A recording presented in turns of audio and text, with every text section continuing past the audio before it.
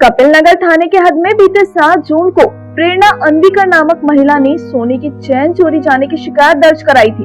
प्रेरणा ने उसके सोने के चैन चुराने का आरोप उसकी मुंह बोली भतीजी पर लगाया है, लेकिन पुलिस ने इस घटना में अज्ञात आरोपी के खिलाफ मामला दर्ज किया है। पुलिस का कहना है कि 17 साल की यह लड़की उनके सगे रिश्ते में नहीं लगती, जिसके चलते उनके ही खिलाफ एक नाबालिग लड़की को अपने घर में रखने का मामला बन सकता है, जबकि असलियत इससे कुछ और ही है। सोने की चैन लेकर फरार होने का आरोप लगी यह लड़की इसके पहले भी घर से 13 साल की उम्र में भाग चुकी है। मेरे घर में जो चोरी हुई है, मेरे साथ मेरी भतीजी रहती थी, तो उसने मतलब मैं और वो ही रहते थे कि मैंने संडे के दिन मैंने जेवर पहनी थी, सिर्फ गोप ने पहनी थी, तो गोप ऐसे ही रख दी थी। तो सुबह दूसरे दिन सुबह देखती हूँ तो वो बैग लेके गायब हो गई और उसी वक्त वो सोना मैं देख रही हूँ अपना, तो वो सोना भी गायब था। और इसके पहले भी उसने लेके गई है, 2 मंगलसूत्र लेके गई है। इसलिए है क्योंकि वो और मैं ही रहती थी और मैंने देखी हूँ पहले एक दिन पहले मैंने सुबह पहनी थी, अलमारी से निकाली थी जेवर और मैंने देखी तो तब वो था जेवर। और दूसरे दिन जब वो गायब है, सुबह 10 बजे चली गई थी, तो 10:30 पौने 11 बजे के बीच में मैंने देखी तो वो जेवर मुझे नहीं दिखे, तो इसलिए मुझे उसी पे डाउट है। 6वें महीने के 7 तारीख से घर पे नहीं है और हमने कंप्लेंट भी की है कपिल नगर थाने में, मगर उन लोग कोई एक्शन नहीं ले रहे हैं। और अभी तक हम लोग जाके परेशान हो गए, मगर वो कुछ भी मतलब वहाँ से कुछ भी रिक्वायरमेंट नहीं मिली। मैंने उनके दोस्तों को और उसके जो भी पहचान वाले उनको कांटेक्ट भी की थी और ये भी बोली थी कि मैं अभी कंप्लेंट दे रही हूँ जाके। तो उस समय मुझे कांटेक्ट नहीं आया उसका, पर उसके दूसरे दिन कॉल की उसने, तो उसने मुझे बोली कि मैंने नहीं चोरी। तो मैंने उसको बोली अगर नहीं चोरी है तो मेरे साथ में चल, कंप्लेंट डाल रही हूँ मैं तेरे नाम से। तो उसने मुझे बोली हाँ ठीक है मैं आ रही हूँ, और आ रही हूँ बोल के उसने फ़ोन काट दी। तब से वो अभी तक उसका मतलब कुछ कॉल भी नहीं आया है और वो भी नहीं आया। जब 13 साल की थी तब गई थी और उन्हीं लोगों का सपोर्ट था उस वक्त भी, और अभी भी उन्हीं लोगों का कांटेक्ट, उन्हीं से मतलब कंटिन्यू उन्हीं के कांटेक्ट, उन्हीं के पास मिली थी वो। 13 साल की थी जब हम लोग ने कंप्लेंट किए थे वाटोड़ा थाने में से। तो उसके बाद हम लोग ने कंप्लेंट किए तो उन लोग का नाम लिखे थे जो जिन पर हमको डाउट था, तो पुलिस वाले ने उन्हीं के घर से उसको मतलब लाए थे और हमें बताया कि उन्हीं के घर से मिली है। नहीं, तब भी नहीं किए और अभी भी नहीं करे। कार्रवाई ये चाहती है कि साइली हमको मिले और उन लोग के लिए भी कार्रवाई करना चाहते हैं। उन लोग को भी मतलब इतने बार उन लोग ने ऐसे हमारे बच्ची को मतलब बिगाड़ चुके हैं, उसका माइंड मतलब डाइवर्ट किए हैं। इसलिए मैं चाहती कि उन लोग को भी हाँ, जाने के पहले 2 दिन पहले वो उसके हस्बैंड के घर मतलब जो जिनके कांटेक्ट में है वो भैया के घर में वो रुकी थी, उनकी वाइफ नहीं थी। तो मैं ये बोलना चाहती जब उनकी वाइफ नहीं थी तो वो आदमी ने वो लड़की को क्यों लेके गया? अगर उसके साथ कम ज्यादा होता है तो पुलिस वाले फिर हमको क्या जवाब देंगे? पहले भी सुधार गृह में रह चुकी हैं, तो मैंने उसको वहाँ से लाई थी। तो अभी उसकी मैंने एडमिशन वगैरह करवा के दी थी, सब कुछ अच्छा चल रहा था। मगर उन लोग से जब से कांटेक्ट हो गया तब से वो और मतलब बिगड़ गई। इन लोग के पास ही होंगी, मुझे पूरा डाउट है, क्योंकि 2 दिन पहले जाने के 2 दिन पहले उन लोग से मुलाकात करके गई और जब उसको पता चला वो आदमी को कि वो मोबाइल मेरे पास है, तब से वो कॉल नहीं कर रहा है। नहीं तो अभी तक मतलब बहुत कॉल आते थे, जब उसको पता चल गया तो वो कॉल करना। हमने पुलिस वालों को बताया हमको डाउट है इस पे, मगर वो कुछ भी कार्रवाई नहीं कर रहे हैं। बस लड़की के पिता के मुताबिक मां को बचपन में ही खो देने वाली 13 साल की बच्ची वाटोड़ा परिसर में पड़ोस में रहने वाले एक सरदार फैमिली के झांसे में आ गई है और किसी को कुछ न बताते हुए गायब हो गई है।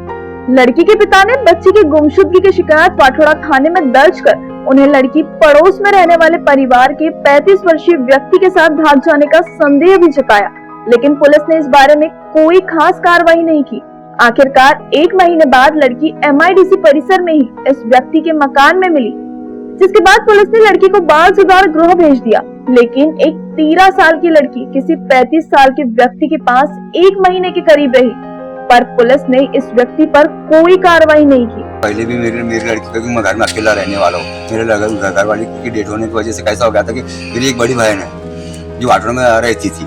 लड़की जब मेरी 13 साल की लड़की थी तो मैंने उसको आ रखा था, चल भैया अपने घर में कोई लेडीज जात नहीं है, एक औरत का सहारा होना करके मैंने मेरी बड़ी बहन के घर में रखा था। उस टाइम में उसके पास कोई मोबाइल नहीं था, कुछ नहीं था वाटोड़ा में।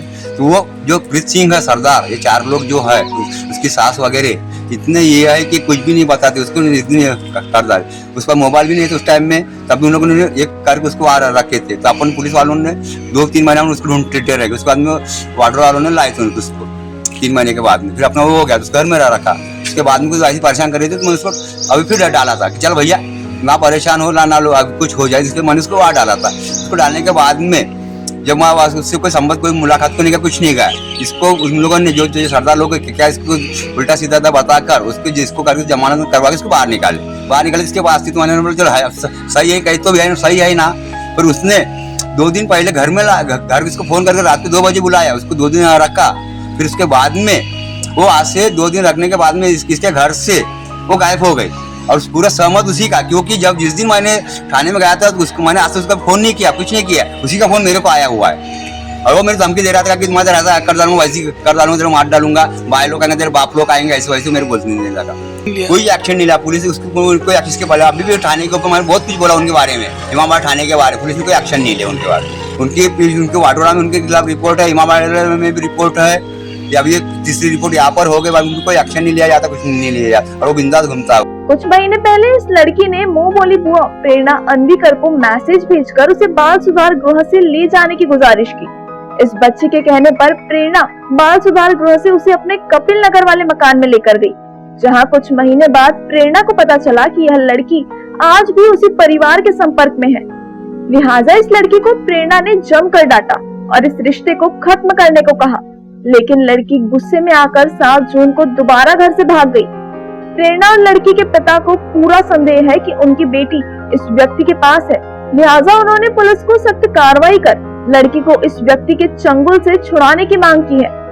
कैमरामैन सचिन के साथ सनी भूंगाड़े, शंकरनाथ न्यूज, नागपुर। क्या हुआ बहू? माँ, पाइल्स की बहुत तकलीफ हो रही है। तो तुम गुदरोग सर्जन के पास क्यों नहीं गई? देखो, जैसे हार्ट के लिए हार्ट स्पेशलिस्ट, ब्रेन के लिए ब्रेन स्पेशलिस्ट, तो पाइल्स के लिए पाइल्स स्पेशलिस्ट क्यों नहीं? स्त्री हो या पुरुष, टॉयलेट में तकलीफ केवल पाइल्स ही नहीं, और भी कई प्रकार के गुदरोग तथा कैंसर भी हो सकता है। इसीलिए इसकी प्रत्यक्ष जांच जरूरी है। ठीक है माँ, पर जांच के लिए हम जाएंगे कहाँ? वही काले आयुर्वेदिक पाइल्स हॉस्पिटल में। लेकिन माँ, प्रेगनेंसी में पाइल्स की दवाइयाँ? प्रेगनेंसी में आयुर्वेदिक दवाइयाँ सुरक्षित होती है। जनहित में जारी काड़े आयुर्वेदिक पाइल्स हॉस्पिटल, औषधि चिकित्सा तथा सर्जरी ट्रीटमेंट उपलब्ध। हमारा पता उमरेड रोड, दिघौरी बस स्टॉप के पास, नागपुर। अधिक जानकारी के लिए वेबसाइट पर जाएं kadepailshospital.com। Youth force security academy, जहां पर सुरक्षा गार्ड्स को एक्सपर्ट द्वारा तैयार किया गया है। रेगुलर फिटनेस के साथ ही उन्हें सुरक्षा और आगजनी के खतरों से लड़ने के जौहर भी सिखाए जाते हैं।